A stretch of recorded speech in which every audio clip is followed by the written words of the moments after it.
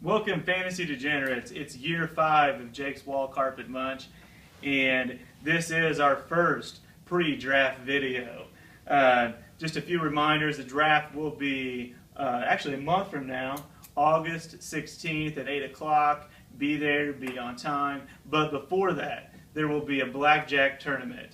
Our first ever blackjack tournament. There will be a blackjack table at 5:30 with a $20 entry fee.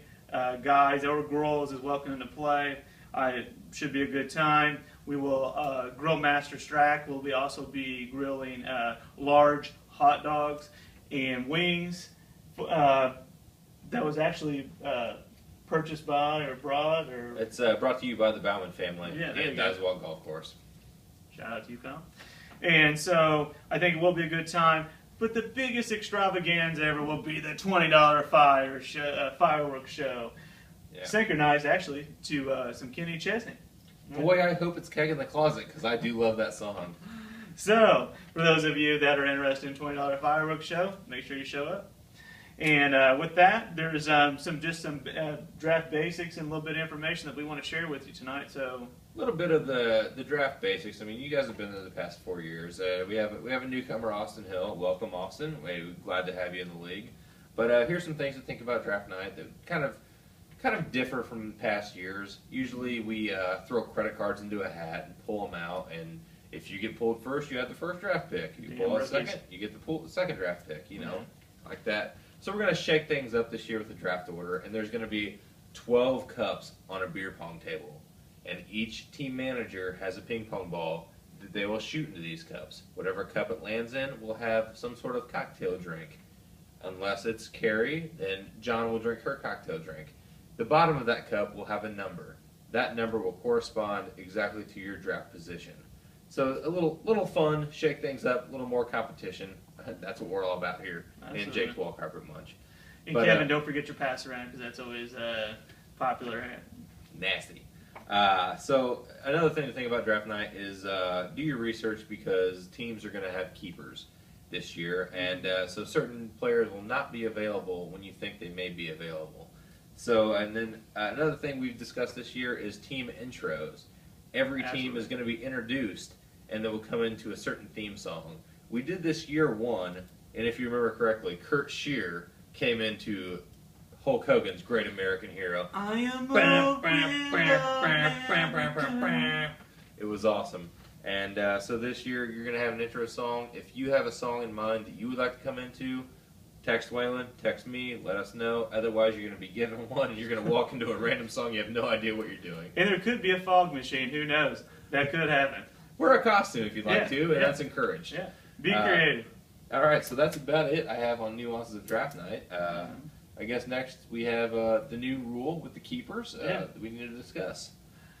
Well, yeah, I think with the keepers, there's only going to be, like Robbie said earlier, you're going to have to do your research, be able to pick one player that you want to keep all season long, and that player needs to be the person you're putting a lot of faith in because you're making some sacrifices for him. Yeah, you can choose one player from last year's roster to keep. You don't have to choose one at all if you don't want to. If you opt out of the keeper, that's fine too. Mm-hmm. But if you do keep somebody, then you're going to lose that round draft pick this year that they were drafted in last year. So let's say in a situation where Strack he got Peyton Manning from Waylon, but Waylon drafted Peyton in the 3rd round, so Chris would lose his 3rd round pick this year taking Peyton Manning, which is a steal this year, I would think. Absolutely, yeah. But because I think that's what really sold that trade. That really kind of led me to the championship was that Strack said that was part of the conversation that we had was that Strack knew that he would be able to get Peyton.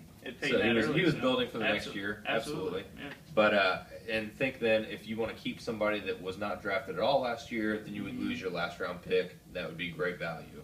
And if it's somewhere too where I don't know if you mentioned this or not earlier, but if for some reason that you have someone on that you picked off free agent wire and you want to keep them like you had Zach Stacy, I mean that's clutch because then that will replace your last draft pick. So absolutely, yes indeed. And so I think that we're up to date with the keeper rule. And Austin, you're going to take over Mark Davies' roster, so you can analyze his roster at the end of last season and see if you want to keep anybody. If you do, you're more than welcome to. If not, that's fine. They all go back into the pool of draftees. And actually, Robbie was talking earlier. He's going to be actually sending an email out with a few attachments with the Excel sheet that shows everyone's roster from the year before, and I mean not the roster, but the draft order and those things to just be able to help people out and to kind of give a breakdown of what we discussed here tonight. So. Absolutely.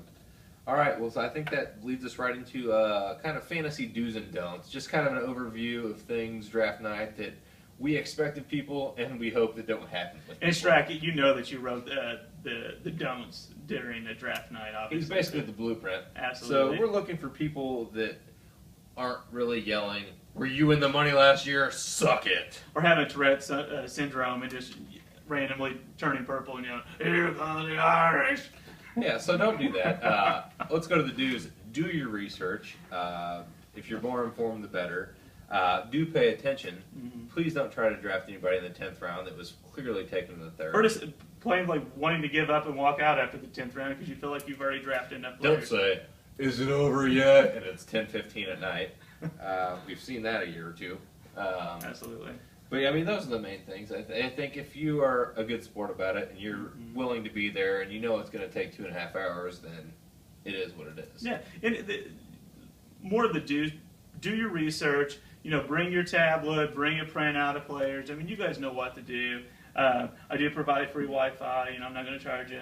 So I might. no, well, yeah. With that being said, that's pretty much the gist of the party this year and the pre-planning and things we need to tell you. We're getting ready to have a new segment, though, because this year, I think, over the past 4 years, there's kind of been this development of people having beef with one another, and certain rivals have developed that you know, teams don't get along, and they just really go head-to-head, and we think that we have 6 matchups that are the rivalries of 2014, and we're excited about them. So we're going to get ready to So we'll tell you post it and tell us what you guys think about the rivals. If you don't think you're a rival, let it out, but it's going to be hardest to change because this is what we believe. These are the rivals 2014. Eat it.